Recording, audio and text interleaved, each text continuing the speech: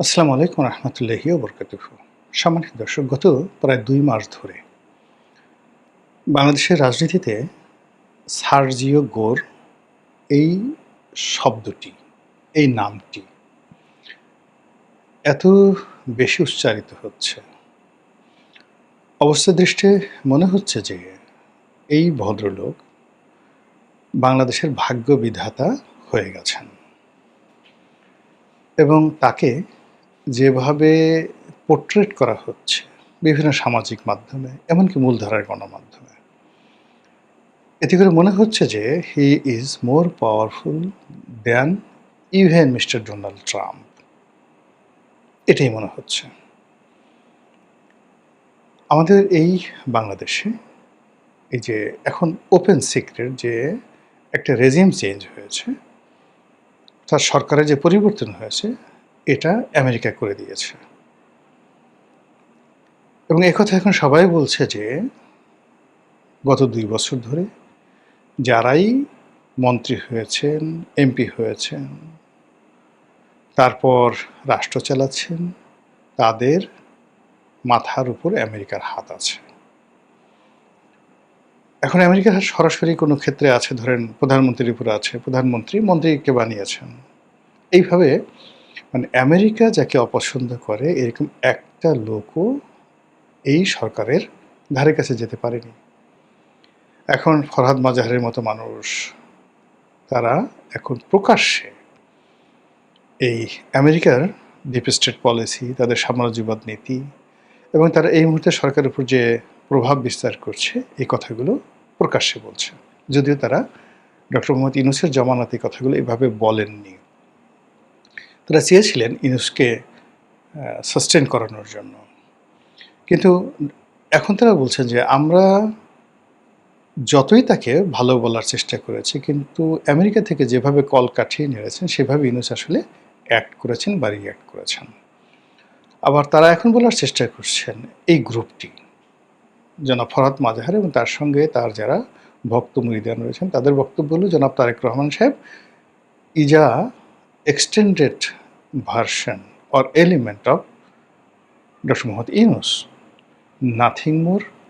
এটা Yunus plus government, এটা America deep state version 2, এইভাবে তারা বলার চেষ্টা করছেন। তো সেই কারণে বারবার এই সার্জিও গোরের কথাগুলো আমাদের সামনে চলে আসছে।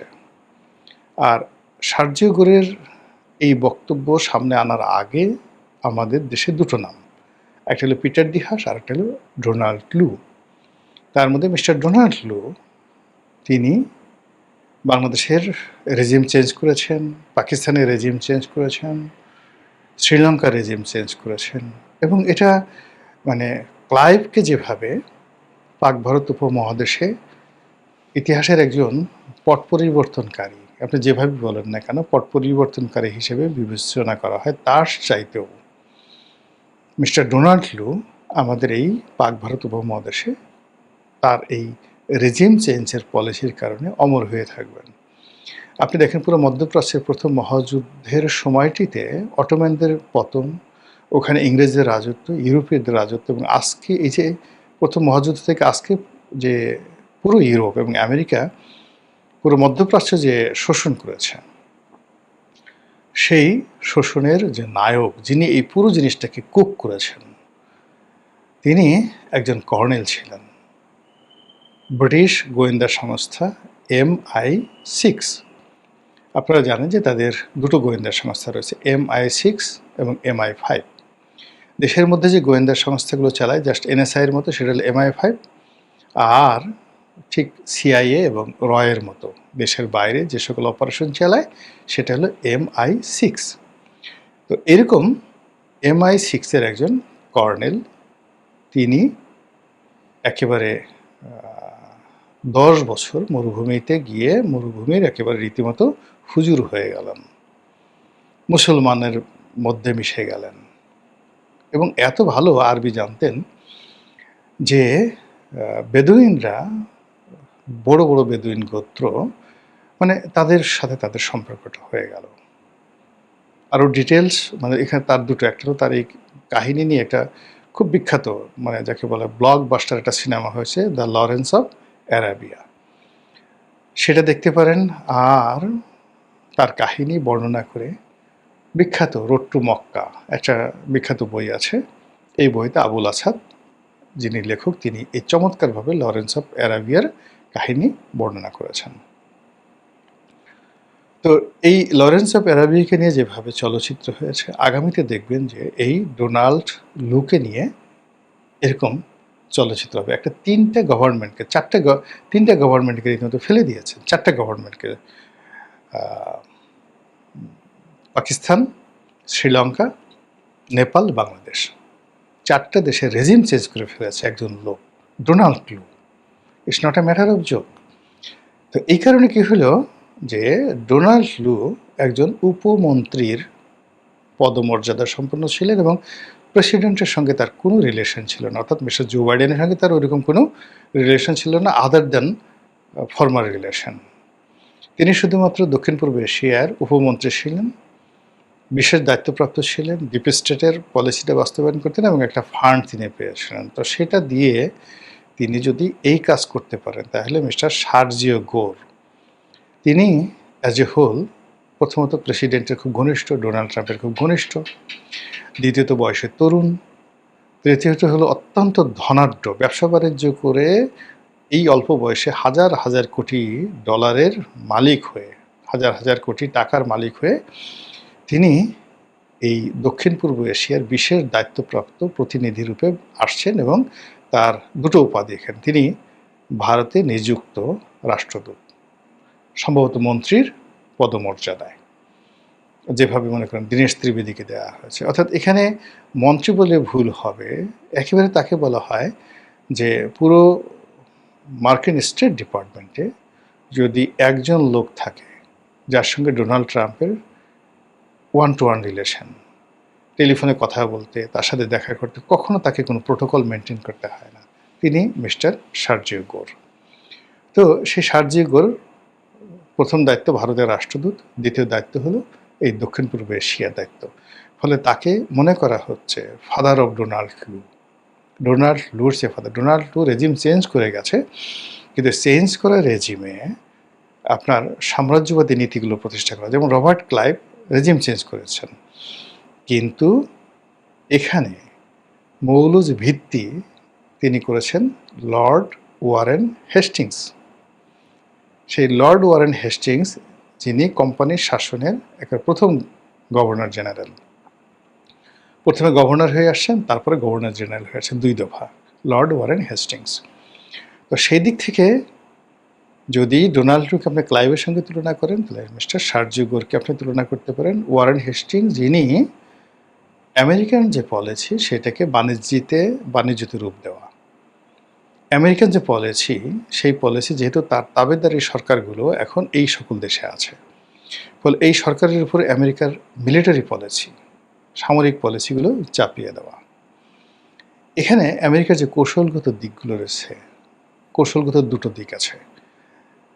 প্রথম দিক হলো যে স্থল কেন্দ্রিক, ভূতাত্ত্বিক, মানে ভূমি সংক্রান্ত যে তত্ত্ব এবং ওটাকে ভূরাজনৈতিক। আর একটা হলো ব্লু পলিটিক্স, মানে সমুদ্র জল, যেটাকে অনেকে মানে সেই ব্লু ইকোনমি বলে, সেই ব্লু ইকোনমির ক্ষেত্রে হলো ব্লু পলিটিক্স। তো জিও পলিটিক্স মানে ভূমি থেকে ভূমি, আর একটা হলো ব্লু পলিটিক্স। তো এখন ব্লু পলিটিক্স হলো এখানে ইন্দো প্যাসিফিক, তাদের যে কৌশলগত ইন্দো প্যাসিফিক যে তাদের প্রযুক্তি রয়েছে, অর্থাৎ প্রশান্ত মহাসাগর থেকে আটলান্টিক, প্রশান্ত মহাসাগর, প্রশান্ত মহাসাগর থেকে ভারত মহাসাগর, ভারত মহাসাগর হয়ে মালাক্কা, যাকে বলা হয় প্রণালী হয়ে, যেটা বে অফ বেঙ্গলে ঢুকেছে। এই পুরোটা হলো তাদের জন্য একটা রাজনীতি। এখন ভূ রাজনীতিতে তারা বাংলাদেশে একটা করিডোর চাচ্ছে, সেন্ট মার্টিনে তারা একটা ঘাঁটি করতে চাচ্ছে, মায়ানমারে তারা একটা খ্রিস্টান রাষ্ট্র করতে চাচ্ছে আন্ডার দ্য বার্মা অ্যাক্ট।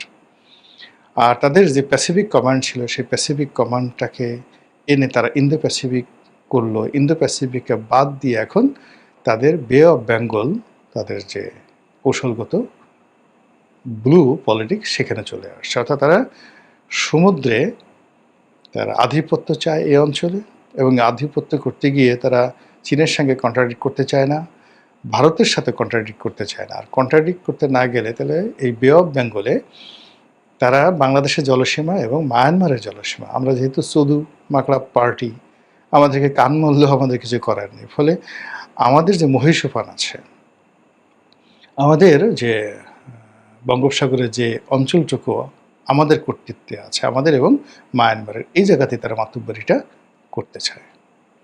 এবং এই পুরো কাজটা করার জন্য সর্বময় ক্ষমতা দিয়ে পাঠানো হয়েছে সার্জিও গোরকে। আপনি বুঝতে পারছেন ব্যাপারটা তার গুরুত্বপূর্ণ জায়গাতে। অর্থাৎ কাজ হয়ে গেছে। এখন এখানে যেখানে মিলিটারি পাঠানো দরকার মিলিটারি, যেখানে ব্যবসায়ী পাঠানো দরকার ব্যবসায়ী, যেখানে ধর্ম কর্ম ব্যাপার সেখানে আপনার যাজকরা আসবে। As a whole British East India Company Lord Warren হেস্টিংসের জমানাতে যেভাবে এসেছিল, যেভাবে তারা সিভিল সার্ভিস করেছিল, যেভাবে তারা মিলিটারি সার্ভিস করেছিল, যেভাবে তারা ইংরেজি ভাষাটাকে এখানে বুঝিয়ে দিয়েছে, ঠিক সেম কাজটা এখন সার্জিও গোরের মাধ্যমে করার জন্য মিস্টার ডোনাল্ড ট্রাম্প তার সবচেয়ে পছন্দের একটা মানুষকে ভারতের রাষ্ট্রদূত করেছে। এখানে আমি আগের যে অংশটুকু আলোচনা করি সেটিকে যদি আপনি দেখেন, তো তাদের ফার্স্ট প্ল্যান হলো বে অফ বেঙ্গল। এখান থেকে তারা সোজা চলে যাবে মালাক্কা প্রণালীতে, যেটা ইন্দোনেশিয়ার মধ্যে আছে। ইন্দোনেশিয়া দুর্বল একটা রাষ্ট্র, এবং ভারতকে যেটা বলা হয়েছে যে ভাই তোমার সাথে আমার অন্য বিজনেস প্রবলেম আছে, যা কিছু আছে, কিন্তু বাংলাদেশ নিয়ে, মিয়ানমার নিয়ে তুমি তোমার স্বার্থ দেখো, আমরা আমাদের স্বার্থ দেখি, এখানে আমাদের কন্ট্রাডিক্ট হবে না। আমরা যে জিনিসগুলো চেয়েছি সেটা আমরা শুধুমাত্র আমাদের সেই জায়গাগুলো আছে। আর তোমরা যেটা তোমাদের সেভেন সিস্টার চাচ্ছ, মায়ানমারকে বলা হচ্ছে তোমরা যে জিনিসগুলো চাচ্ছ, কোনো সমস্যা নেই, আমরা সবাই এখানে ভাগাযোগি করে কাজ করি, কোনো প্রবলেম নেই। প্রবলেম হবে চীনের। ফলে চীন তোমাদেরও শত্রু, আমাদেরও শত্রু। তো এই জিনিসগুলোর যাতে একটা ডিপ্লোম্যাটিক চ্যানেল চমৎকারভাবে চলে, এই জন্য একেবারে বিশ্বস্ত একজন লোক মিস্টার সার্জিও গোরকে দিল্লিতে পাঠানো হয়েছে। এখন সার্জিও গোর বাংলাদেশে আসার আগে তার বহু টিম, গোয়েন্দা team, military team, FBI team, বহু টিম বাংলাদেশে হয়তো আসছে। আমরা পেপারে দেখেছি বা মানে বিভিন্ন সামাজিক মাধ্যমে দেখেছি, একটা পাসপোর্ট সহ বলে দিয়েছে অমুক লোক এত তারিখে এয়ারপোর্ট থেকে এসে সার্জিগর আসার আগে ওয়েস্টিনে উঠেছে, তার ডেজিগনেশন নেই। তারপরে সাবেক সিআইএর এত বড় কর্মকর্তা বাংলাদেশে, তো দূরের কথা ভারতও কখনো আসে না, সেই কর্মকর্তাও বাংলাদেশে এসে এখন পর্যন্ত আছে কিনা আমি জানি না। তো এরকম ঘটনাগুলো ঘটেছে। তো সেই সার্জিও গোর এসে তারপর প্রধানমন্ত্রীর সাথে দেখা করেছে, খলিলুর রহমান সাহেবের দেখা করেছে, কেউ কেউ বলে আওয়ামী লীগের নেতাদের সাথে, একজন নেতার সাথে দেখা করেছে, আরও অনেক বৈঠক হয়েছে, হয়তো গোপন বৈঠক হয়েছে সেই মার্কিন রাষ্ট্রদূতের বাসায়। এবং এখনও তাদের যে সিক্রেট সার্ভিস যেগুলো সামনে চলে আসছে, সেখানে তারা এমন অনেক কিছু করতে পারে যেগুলো আমরা কল্পনাও করতে পারি না। এর ফলে ওনার এই আগমনকে নিয়ে প্রচুর আলোচনা হচ্ছে, সমালোচনা হচ্ছে, এবং যারা প্রো আমেরিকান তাদের বক্তব্য হলো সরকারকে এই সার্জিও গোর একটা রেড সিগন্যাল দিতে আসছে। কেন চীনে গেলা, কেন এই জিনিসগুলো করছো না, কেন ওই জিনিসগুলো করছো না, কেন এটা দিচ্ছ না, কেন এটা করছো না, এই জিনিসগুলো মানে কি কি, সেটা মানবিক করিডোর হতে পারে, সেটা মিলিটারি করিডোর হতে পারে, নানা রকম কথাবার্তা হতে পারে। তো এটাকে আপনি বলতে পারেন যে এই যে হুট করে তিনি যে চলে আসলেন, এটা সার্জিও গোরের অনেকটা সার্জিক্যাল কূটনীতির মতো, মানে ঝড়ো গতিতে আপনার হলো সার্জিক্যাল যেটা অপারেশন করা হয়, এয়ার স্ট্রাইক করা হয়, যে খুব দ্রুত সময়ের মধ্যে একটা দেশে মানে হতচকিত করে ফেলে, সে আউট অফ ইমাজিনেশন কল্পনাও করতে পারে না, কিন্তু শুধু বিমানের সাইরেনটা বাজে। তো সেক্ষেত্রে মিস্টার সার্জিও গোর যেভাবে আসছেন, যেভাবে কথা বলছেন, এত দ্রুততার সঙ্গে মনে হয়েছে যেটা একটা কূটনীতির ঝড়, একটা কূটনীতির সার্জিক্যাল অপারেশন।